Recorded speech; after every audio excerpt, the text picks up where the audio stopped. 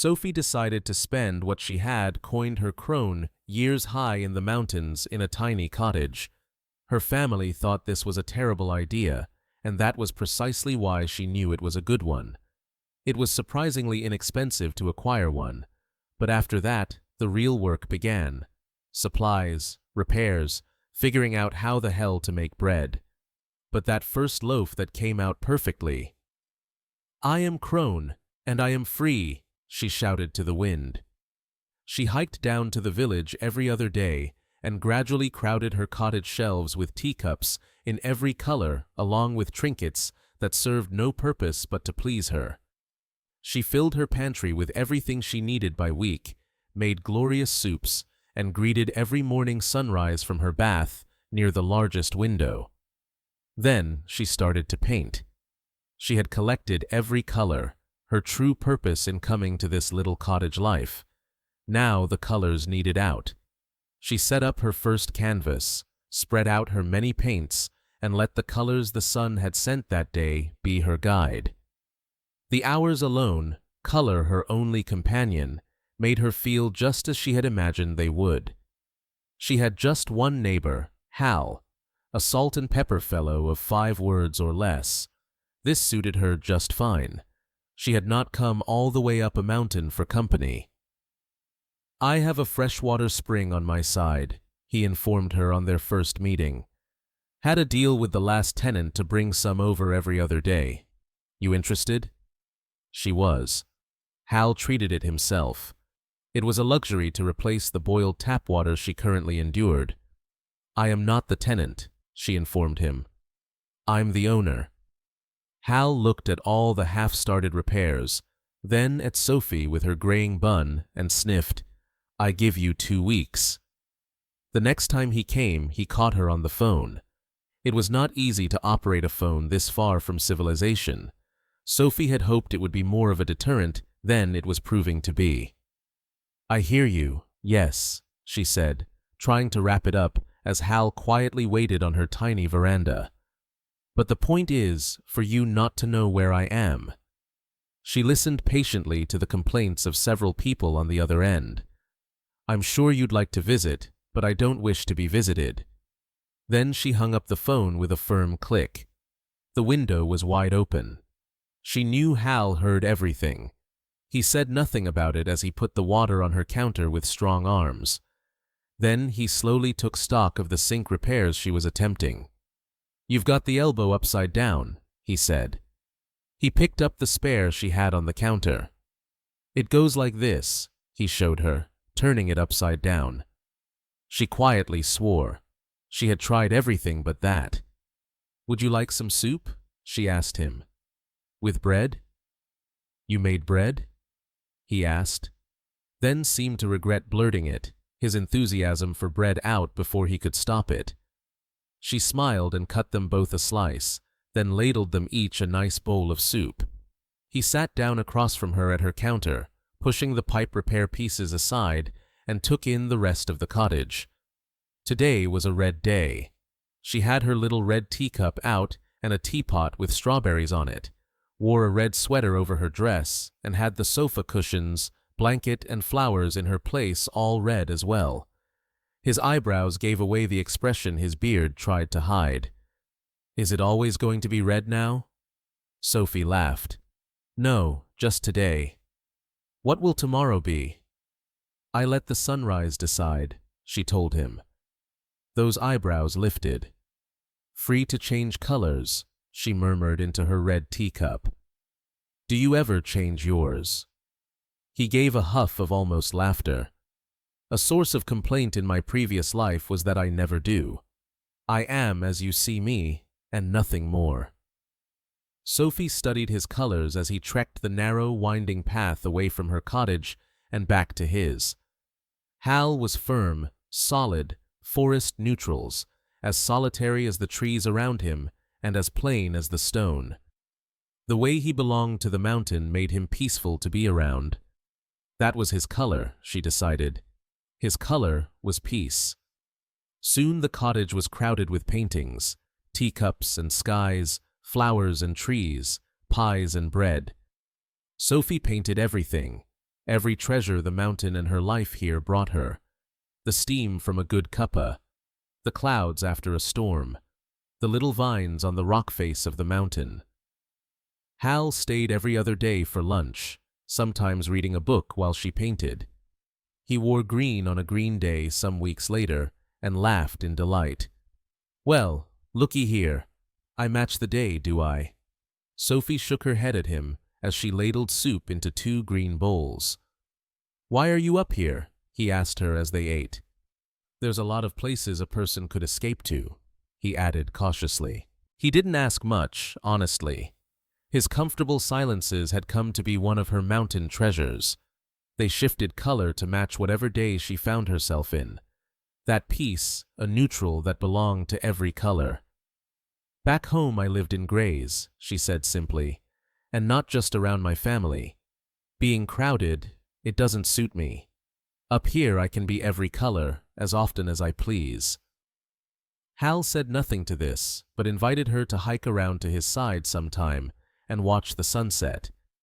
His cottage was very like him, stoic and minimal, with a solid wood veranda looking out to the horizon. The woodwork all done by hand. He fussed and cursed as he walked her back around through the dark. "Don't push it. Sophie, mind the edge. For Christ's sakes, it's dark, Sophie." And Sophie realized she had made a friend.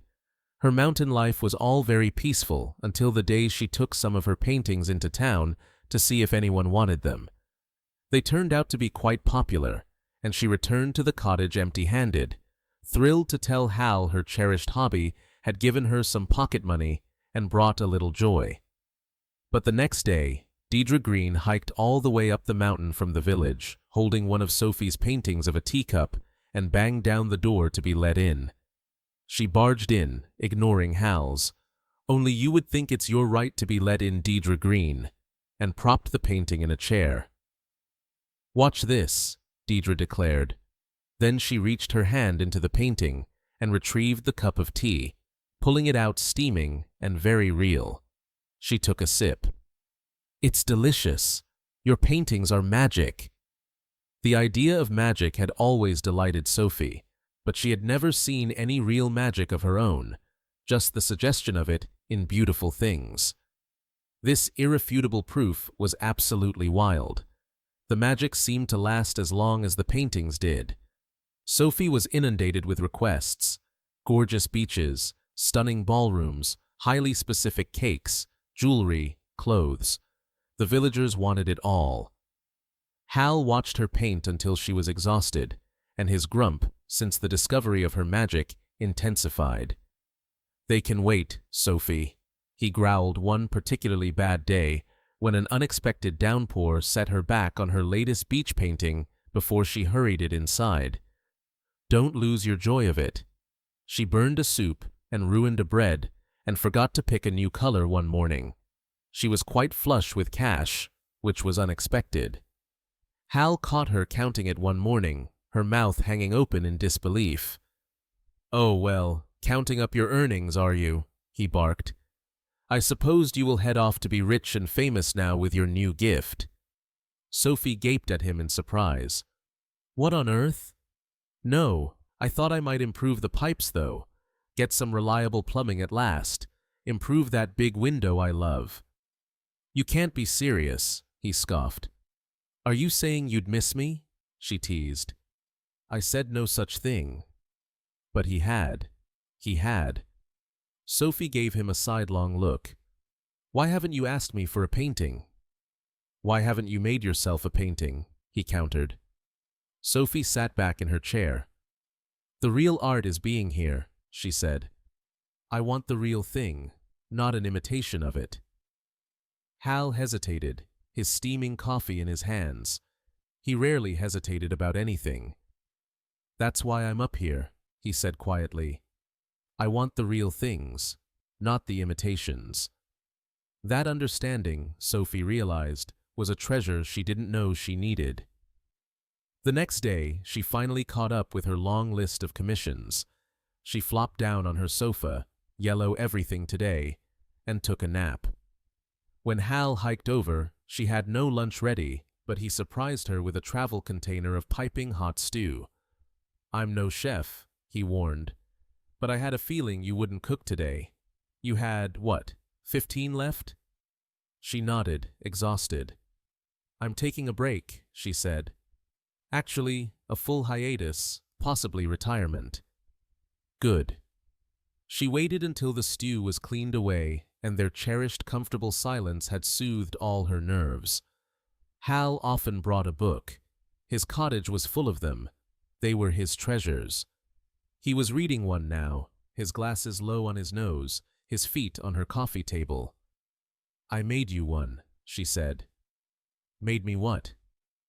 "A painting." He looked startled. "Why?" "I want you to have this one." "You shouldn't have," he said gruffly, his beard hiding his real feelings. "It's a bit big. I can help you carry it home if you like." She walked out with it and watched him study it long and hard. "Is this a joke?" he asked. "It is not," she confirmed. "Sophie, it's blank." "It's not blank." "There are no colors," he said. "Is that how you think of me?" "I want you to hang it up when you get home," she said. He looked very offended, snatched it from her hands. Fine. He accepted no help carrying it awkwardly, the long hike back around to his cottage, and all Sophie could do was wait. And hope. The time passed that was Hal's usual hike home. Sophie went to the little hall between her rooms, where she had hung a matching canvas to the one she gifted Hal. She waited, and waited. Finally, the canvas shifted, just as she'd hoped it would when she painted it.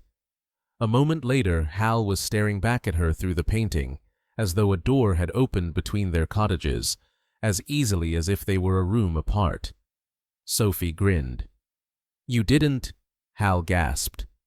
"I did," she confirmed. "Now you can come whenever you like. Watch the sunrise and the sunset. Match whatever color takes my fancy, if you want to," she finished uncertainly. Maybe she'd gone too far.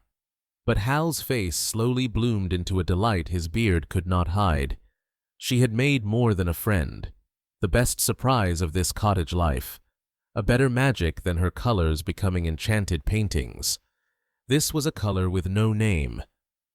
"I want to," he said, and stepped through to meet her.